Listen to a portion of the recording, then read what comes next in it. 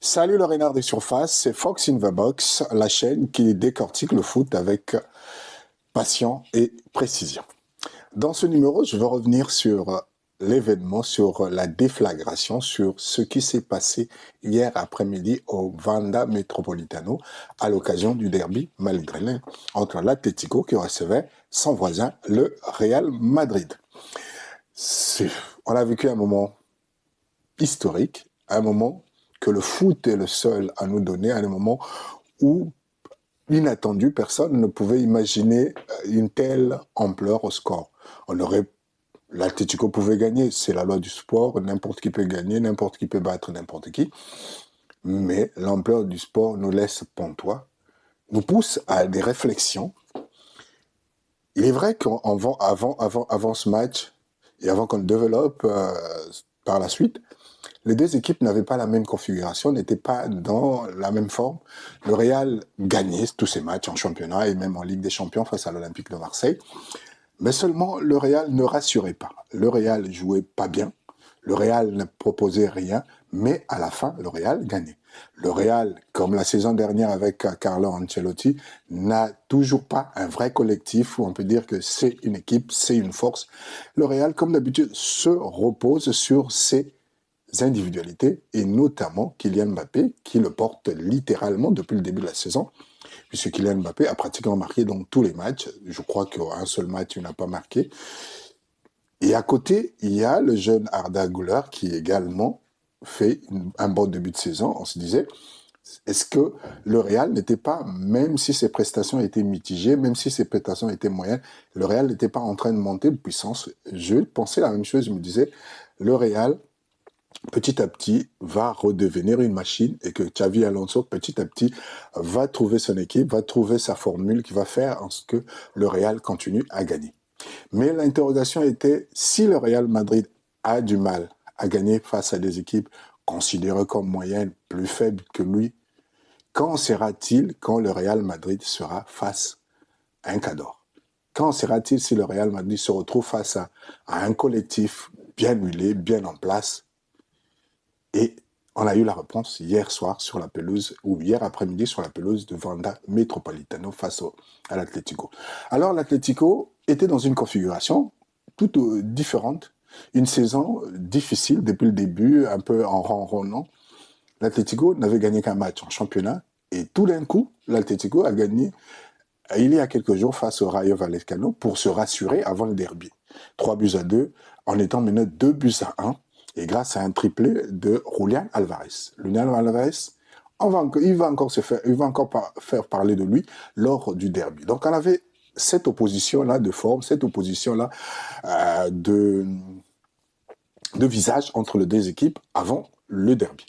Et le derby arrive et nous propose un match intéressant dès la première mi-temps. On se dit, voilà, c'est ça le derby de Madrid. On a le Real, on a l'Atlético. Ça doit être un match plaisant, ça doit être un match intense avec beaucoup d'engagement, avec beaucoup d'occasions de but. Et on a eu. À la mi-temps, donc, le score était à 2 buts partout. Le Normand et Sorloth pour l'Atlético. Kylian Mbappé et Arda Güler pour le Real Madrid. Et dans mon fauteuil, je me disais, tiens, je vais assister à un super de deuxième mi-temps. Donc, j'attendais avec impatience cette deuxième mi-temps, ce que ça allait donner. Eh bien, j'étais surpris agréablement. J'attendais le spectacle, il y a eu des spectacles, j'entendais des buts, il y a eu des buts. Malheureusement, tous les buts ont été marqués par les joueurs de l'Atlético Madrid, notamment Alvarez qui a réalisé un doublé, et Antoine Griezmann qui, pour l'occasion, a retrouvé l'efficacité en championnat puisque ça faisait 8 mois que l'ancien attaquant des Bleus n'avait plus marqué en championnat. Donc l'ampleur du score, le retour en forme de Griezmann montre qu'on a vécu un moment historique. De mémoire de passionné, je n'ai jamais vu l'Atlético infliger une telle humiliation au Real Madrid. L'Atlético arrive à battre le Real Madrid, oui, mais 5-2. Il faut remonter à très très loin, peut-être dans les années 50, si on vérifie les archives pour voir l'Atlético mettre 5 buts face au Real Madrid.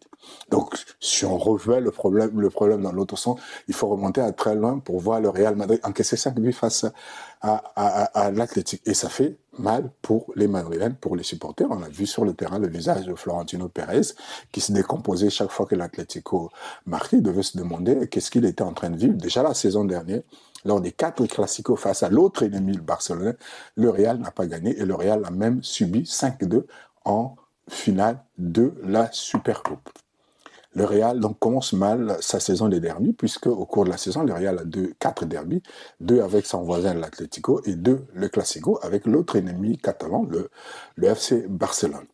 Donc, sauf si la Coupe d'Espagne ou la Ligue des Champions nous offre encore d'autres confrontations, même la Supercoupe d'Espagne, mais pour l'instant, les équipes, le Real a 4 Classicos et a commencé très mal. Alors, qu'est-ce qu'il faut retenir de ça? Est-ce que c'est l'Atlético qui était trop fort que le Real Madrid, c'est le Real qui est très faible? Les deux cas de figure peuvent se poser. On l'a vu, comme je l'ai dit en début de saison, que le Real gagne, mais sans convaincre, gagne, mais sans vraiment démontrer sa puissance, que ce soit technique ou physique, alors que dans son effectif, il y a des joueurs de qualité. Le Real, une fois de plus, n'a pas de collectif. Toujours dans la continuité de la saison dernière avec Carlo Ancelotti, le Real se repose sur ses individualités. On a vu Vinicius Junior faire des zigzags et puis permettre le deuxième but du Real avec Arda Güler. C'est ça le Real Madrid. On a vu Kylian Mbappé, première occasion, but. C'est ça le Real Madrid. Ils n'ont pas besoin d'un vrai collectif, mais face à des équipes qui ont des collectifs huilés, qui ont des collectifs qui mettent de l'intensité, qui mettent de la volonté, de l'envie comme l'Atlético Madrid, eh ben, le résultat, c'est souvent la catastrophe. La catastrophe, on l'a vu, notamment contre le FC Barcelone, comment ça a fini la saison dernière. Donc, le premier responsable, comme on dit toujours, revient. La première responsabilité, c'est l'entraîneur. Xabi Alonso, arrivé dans la suite de Carlo Ancelotti pour donner une autre image au Real, pour donner un jeu comme il avait fait avec le Bayer Leverkusen. Mais on oublie que le Bayer Leverkusen, c'est pas le Real Madrid, c'est pas la même institution, c'est pas la même configuration, c'est pas la même famille, c'est pas les mêmes jeux, c'est pas les mêmes joueurs. Et jusqu'à présent, Xabi Alonso s'en sortait parce que le Real Madrid gagnait. Et aujourd'hui, on a vu quelques limites. Est-ce que ça montre que l'entraîneur n'est pas à la hauteur du Real Madrid? Je ne dirais pas ça. Je dirais simplement que jusqu'à présent, il n'a pas encore réussi à imprimer son empreinte. Et on a vu la composition de l'équipe. On s'est demandé pourquoi un joueur comme Jude Bellingham, qui a passé beaucoup de semaines sans jouer, revient titulaire lors d'un tel match où on sait que l'Atlético met de l'intensité, l'Atlético met beaucoup d'envie et de l'engagement physique. On aurait préféré qu'il continue avec le jeune argentin Mastronovo qui a fait quelques bons matchs ces dernières semaines, mais l'entraîneur n'a pas voulu.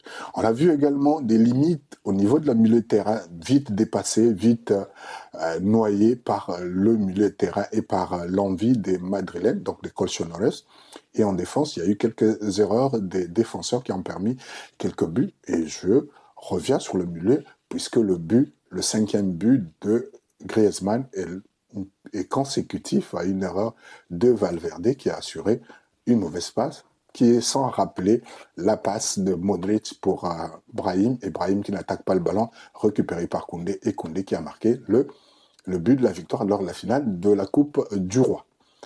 Donc à ce niveau, le Real Madrid a encore beaucoup de choses à faire. Et de l'autre côté, nous avons l'Atlético qui se rassure. L'Atlético qui attendait ce match avec importance pour vérifier son véritable niveau. Et la victoire face au Rayo Vallecano il y a quelques jours a rassuré les joueurs et notamment a permis à Julián Álvarez de démontrer qu'il était en ce moment un attaquant très en forme puisqu'il a marqué 5 buts lors des 2 matchs. Triplé contre Rayo Vallecano, doublé contre le Real Madrid. Pour leur premier face-à-face en Liga, les anciens internationaux espagnols Xabi Alonso et argentin Diego Simeone se sont affrontés et c'est l'Argentin qui a remporté. Alors, j'imagine que du côté de Madrid, cette défaite, le lendemain de défaite, c'est comme après une nuit d'ivresse, il y a la gueule de bois, il y a beaucoup de choses encore à faire, mais rien n'est encore joué, rien n'est encore perdu pour le Real Madrid, puisque le Real Madrid a gagné son match en Ligue des Champions, puisque le Real Madrid, même si ce soir ne pourra plus être leader en cas de victoire du FC Barcelone, a toujours son destin en main. Mais perdre un derby, ça peut arriver, mais perdre sur cette ampleur, c'est ce qui laisse des traces au niveau des supporters, parce que toute la saison, ça va être un rappel constant. Qu'est-ce que ça va donner dans les prochains jours? Je suis impatient de voir ce que ça va donner pour le Real Madrid dans les prochains jours. Est-ce qu'ils vont bien digérer?